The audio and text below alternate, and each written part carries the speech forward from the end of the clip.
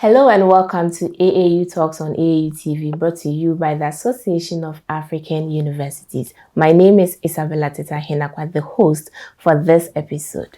We all can see the challenges being posed by changing climate. We see the level of sea rising as well as the impact of climate change, which includes extreme weather conditions. But then the question is, what can be done to address this crisis? Today, we are joined here by an expert who is going to help us understand the urgency of climate action as well as its role in sustainable development. I'll introduce her after this break. Please stay tuned.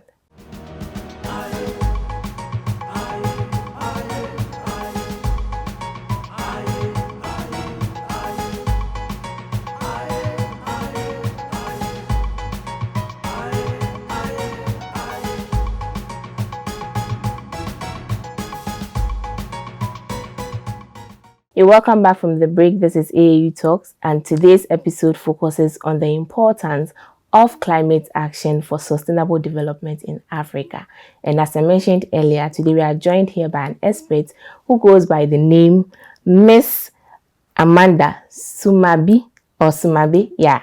And Miss Amanda is the founder of Wasteright project. This project is an initiative that is under the KY International. And today she's going to help us delve into the episode. Hello, Ms. Amanda. Hello. You're welcome to AAU Talks. Thank you very much for having me. Now, before we start, I would like you to introduce yourself. Briefly tell us more about yourself. Okay. So my name is Amanda Sumade, and as you rightly mentioned, I am the founder of Wasteright and the Kangme Yiri International. Okay. And so Kangme Yiri means building a home in Dagari. And the Wasteright project is being implemented by us. And we focus mainly on waste segregation for this project. By way of personality, I work in the humanitarian space. Okay. And so exploring the nexus between gender empowerment, climate action, agricultural, to boost food yield and increase and all of that. So anything related to humanitarian action, you'd find me there. Great. Thank you again for joining us today. You're welcome. Now let's start by discussing the current state of climate change in Africa.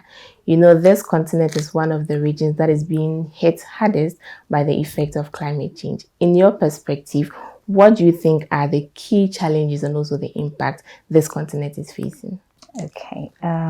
So to start with, I'd just like to give a brief summary of a report that was released by UNEP. Okay. And that's the UN agency that is in charge of climate change, climate action, and its SDG-related goals and indicators.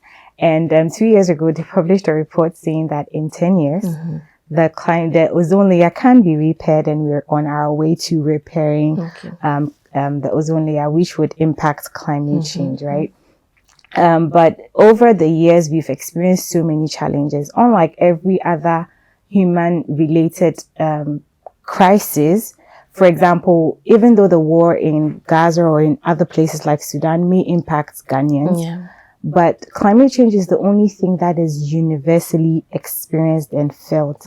And so every human activity and natural causes can escalate climate action. And so for the countries located within the African continent, we usually experience extreme heat. We usually are unable to predict rainfall patterns, and this has other adverse impacts. As well, we are destroying our natural habitats because, believe you me, plastic can fly from another continent or travel through the seas, to another continent. So those are some of the issues that we are facing as an African continent. Now, how is this a threat to sustainable development? Okay. So just the very basic threat would be impact on agricultural yield, because we are unable to predict rainfall patterns. This adversely distracts farming methods and practices. And so once there's hunger, you know that people are unable to work, the economy isn't thriving.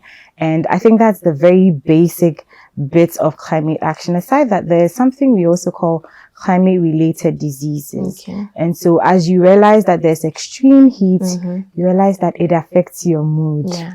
And so sometimes when the sun is scorching, you are easily upset, you're very drained. And recently there's been meningitis flying all around. Scientists have proven that meningitis is kind of intrinsically related to climate change. And so health risks as well. And these are some of the very basic impacts of climate action on human life. Great. Now, I think this raises the concerns for a climate action, and that is where Wasteright project comes in. Now, briefly give us an overview of this project. What is the mission, and then when was it initiated? Okay. So Wasteright, we launched about 2 months ago. Okay. We started out this project because we're a group of young people, and we have been sensitized to think that climate action is something that is the role of governments or larger institutions. So we are trying to decentralize the thoughts of climate action by involving each and every single individual. So we are proposing waste segregation as a result or as a way of mitigating climate change and its impacts. And so we are asking people to segregate their waste at source. This would mean that the waste segregated can be recycled or reused or even upcycled into other products that can help curb the impacts of climate change. Right. You mentioned waste segregation. I'm sure someone out there, I understand it, but someone out there may not understand it. So if you can explain, and also what are the actions put in place to ensure that people actually do the waste segregation? Okay. And so the basic synonym that we can go for would be separation. And so depending on the types of waste you separate, you can put plastics apart, you can put food waste apart, which is very important to us. You can put paper apart. And a more complex waste segregation project will require separating different types of plastic. However, the basic one we are advocating for is the simple one, putting plastics apart from glass, metals apart from food waste, and electric waste as well apart. And yes, that's what we're currently advocating for. And now when someone puts all these into separate bags or segregates them, what is the next step? Do you come for them, or the person has to come and bring them to your office or somewhere? I don't know. Okay, so let me just touch base on the procedures we use. We adapted a color scheme, right? And we are hoping that the color scheme can be adapted by the whole continent. And this is because in most developed countries that are implementing this, every region or municipality, if I may say, for example, has its own color scheme. So imagine if you move from, let's say, San Francisco to New York, for example, you may have to adapt, right? We make the whole thing very boring and difficult to do. And so we have adapted one particular scheme. We use blue for paper, green for food, and these colors have significant meanings, right? Because blue directly affects paper, green is leafy greens, yes, natural is green. So, and then yellow goes for electric waste, and then red, because of how alarming plastic waste is, we decided to go for red for that. So we go to institutions, we leverage all types of platforms to educate people, because as it stands, Ghana doesn't have such an infrastructure in place. And so we realized that other institutions are doing various bits within this chain. And so we are trying to consolidate everything. When we come to you and we educate you, we help you ensure the disposal. So from implementing, monitoring and education, and throwing away. So that is the collection bit. There are different organizations within this value chain who take plastic alone and then recycle it. So we are in touch with them. We have partnerships with them. And so you would have someone coming in just for plastic. You'd have someone coming in just for food waste. You'd have someone coming in just for e-waste. So that's how we're trying to ensure that it doesn't fall off the ground and fall between the cracks. Yeah, this is really great. Now, before we go for break, I'd like us to talk about the benefits of the waste segregation. I know it cuts across several sectors. We have the agriculture, we have the health, and we have the natural resources, and even infrastructure. So based on these sectors, let's touch on the benefits of it. Okay. So I always say that waste segregation is a labor of love. And you need to love the environment, first of all. You need to love your health, because improper waste disposal affects health, right? So you need to love the environment, you need to love your health, You need to love your country and the earth you're going to be leaving behind for other generations to be able to do this, right? And so some of the benefits include once we are not depositing all the waste unsegregated into landfills, for example, Lavender Hill, we can reduce the level of methane gases that is generated. So it would help curb the impacts of climate change, which is the excessive heat. So you can rest assured that you wouldn't spend so much money on electricity bill because your AC wouldn't always be on if the weather is better. So in terms of health, that is the health, right? People who live in areas where there are landfills, and we all know how it's prone to cholera, they're prone to other related diseases. So you'd be helping to curb those ones. And you are ensuring longevity of health as well. In terms of agriculture, the food waste is very, very important. It's like an elixir. You can break it into liquid and solid compost, which is relatively more affordable. It's organic as well. And so then you're sure that the food yield is organic food and you're not consuming chemicals and all of that. So that goes a long way to affect agriculture. I just want to chip in on gender. And we have so many women within the informal sector of Ghana who are going round as waste pickers. And believe you me, I've interviewed a couple of these people informally, and they told me how they've been able to cater for their families through the waste they pick around. And so that is how we also empower gender and we ensure that they are having some economic gains as well. And did I leave out any sector? Let's talk about infrastructure. Okay. And so in terms of infrastructure,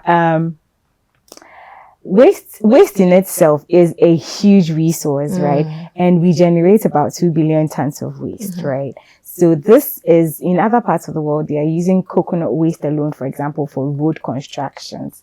Now we are using plastic for fuel. We're using several types of waste for other things. And so this goes a long way to ensure cheaper infrastructure. We have all these eco blocks and then recycled construction waste, which is cheaper than regular concrete to use. And so these are some of the benefits. Right. Thank you very much. We'll go for a quick break. Please stay tuned. We'll be right back. Explore a whole new world of exciting visuals with AAU TV. Get ready for a mix of interesting talk shows, interviews, discovery documentaries, and news on AAU TV. It's not just about watching TV, it's about experiencing something special. AAU TV reaches over 25 countries in Africa, bringing you a blend of knowledge and fun. Learn about different cultures as you enjoy the shows. If you have events or want to showcase your business, we've got you covered. Watch AAU TV free-to-air channel on satellite. Connect with us on Facebook, Instagram, and X, formerly known as Twitter, at AAU TV. Reach out on call or WhatsApp us at +233 26 629 6601 or +233 20 399 5210. AAU TV, the voice of higher education in Africa.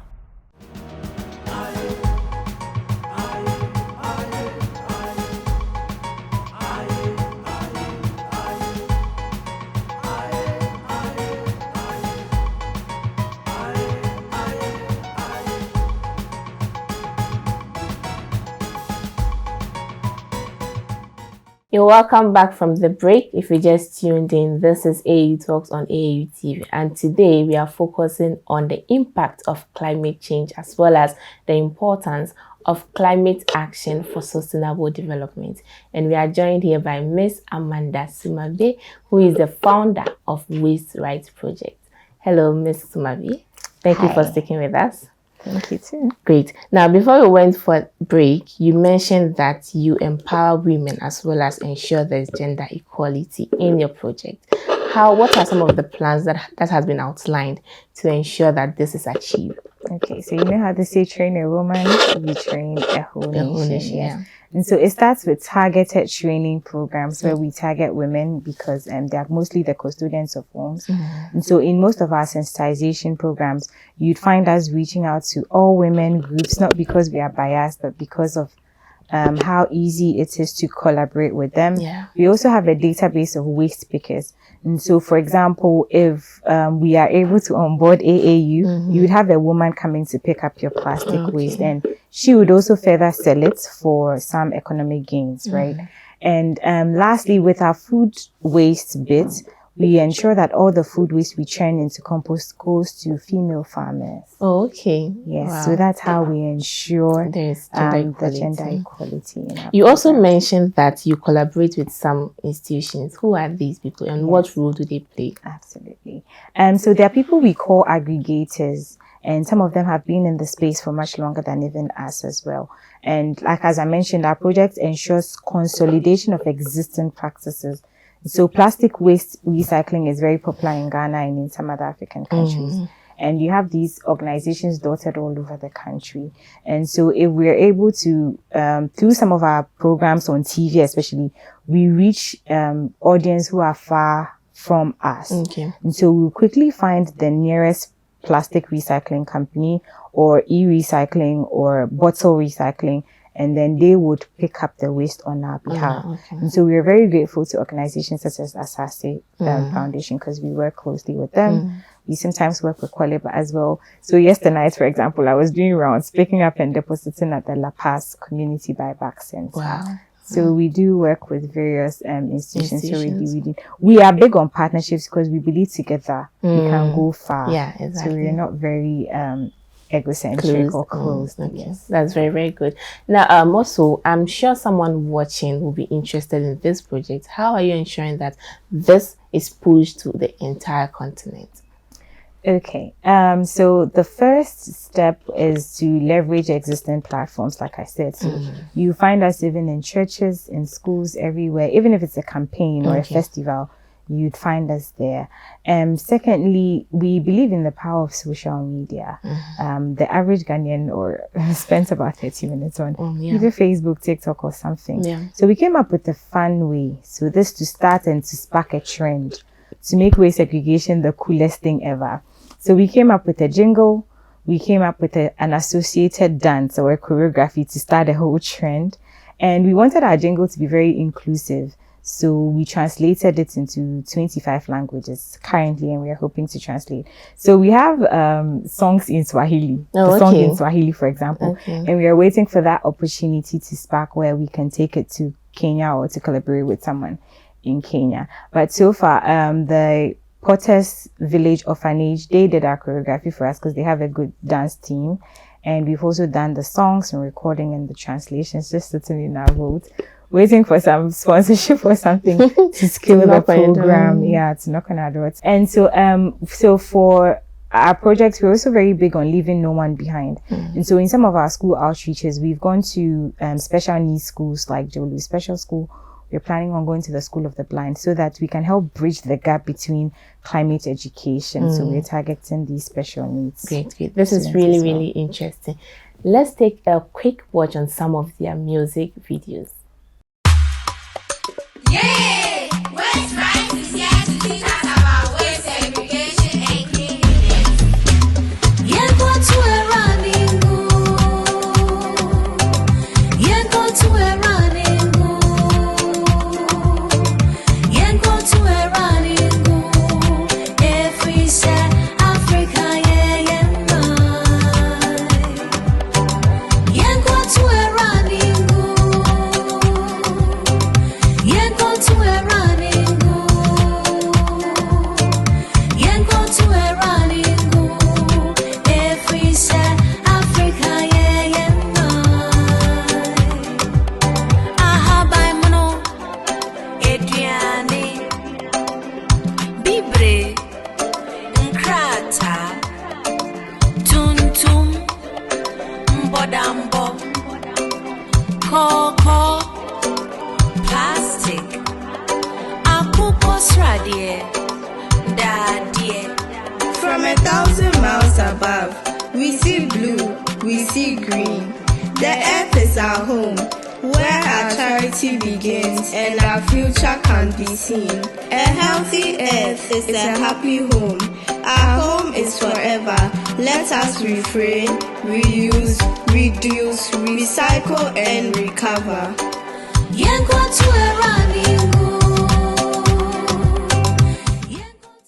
Right. That was really fun to watch. Now let's continue with the discussion.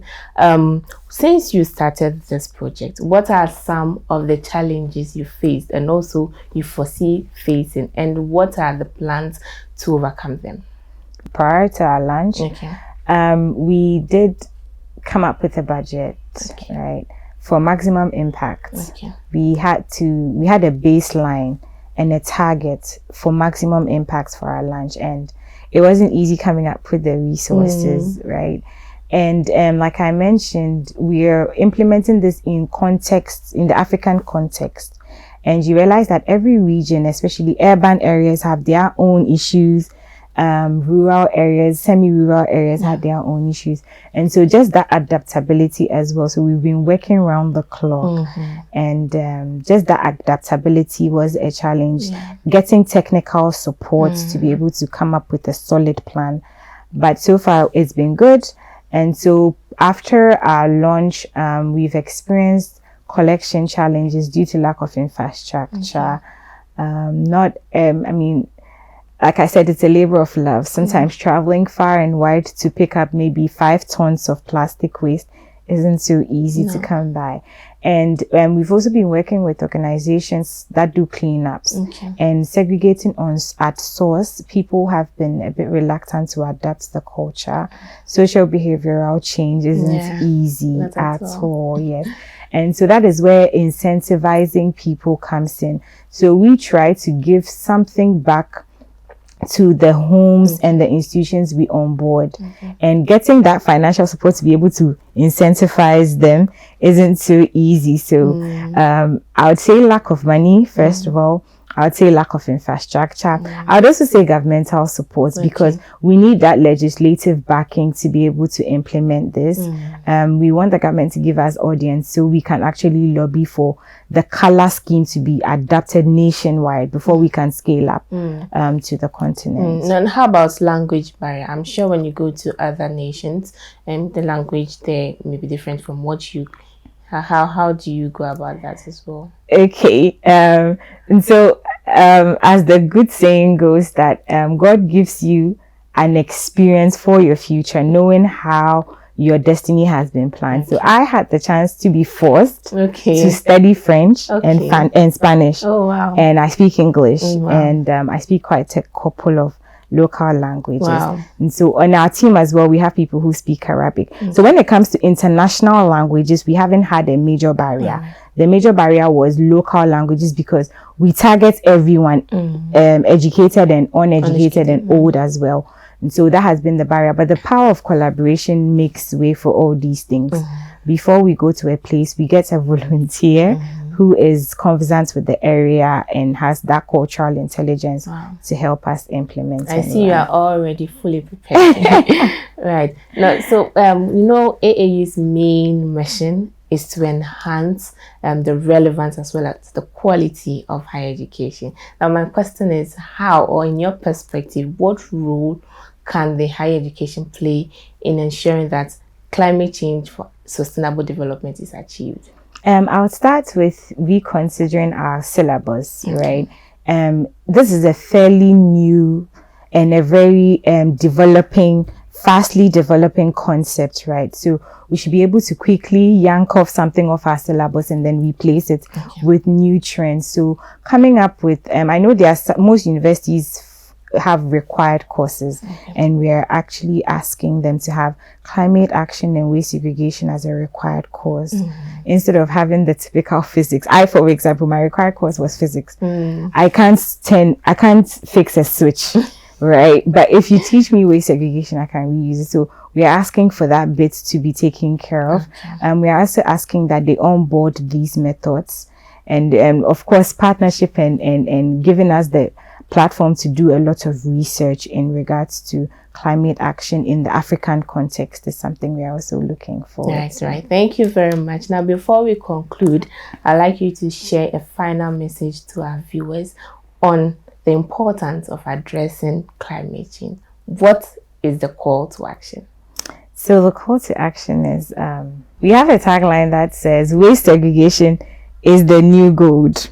And so we want you to know that you as an individual can do something to make the earth a better place and to help mitigate climate change. And that is waste segregation. Don't hold back. Segregate your waste and call us. We would try as much our best possible to ensure that your segregated waste is collected and then reused. Thank you. Great. Thank you very much, Ms. Amanda Sumade, for joining us and also sharing your expertise and insights on Wasteright project. We hope to engage you again next time, but then it's going to be on the success story of the project. Thank you very much. Great. Now, this brings us to the end of today's episode, where we discuss the impacts of climate change as well as the importance of climate action for sustainable development. If you just joined, you've not missed it. Follow our social media handles at Association of African Universities on both YouTube and Facebook to follow or to watch the full discussion. My name is Isabella Teta Hinakwa. See you again in our next episode. Bye.